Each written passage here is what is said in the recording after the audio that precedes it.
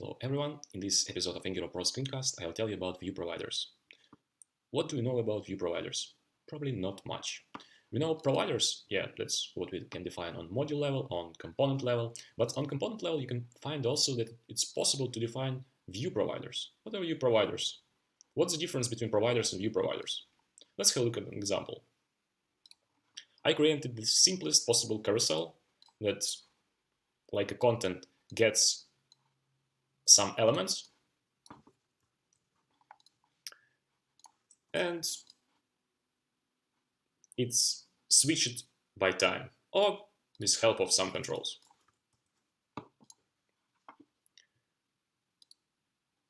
And this carousel component has an internal logic that is encapsulated in inner logic service that specifies as a specified like provider for this component. And it's super simple. It just has one property, timer.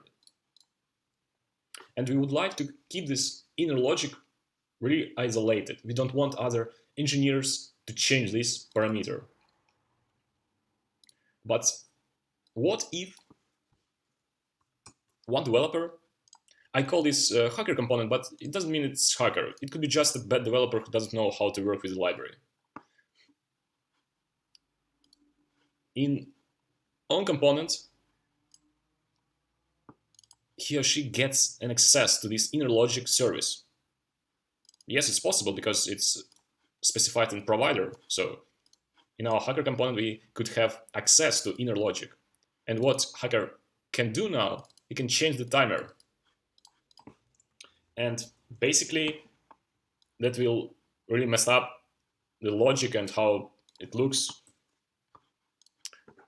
We don't want other engineers to do so. We would like to keep it really internal. For this, we specify our service not like provider, but viewProvider. It means that only components that are specified inside the view, not content, will have access to this inner logic service.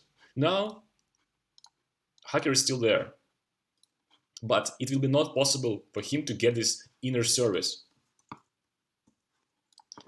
And our carousel works, and all good.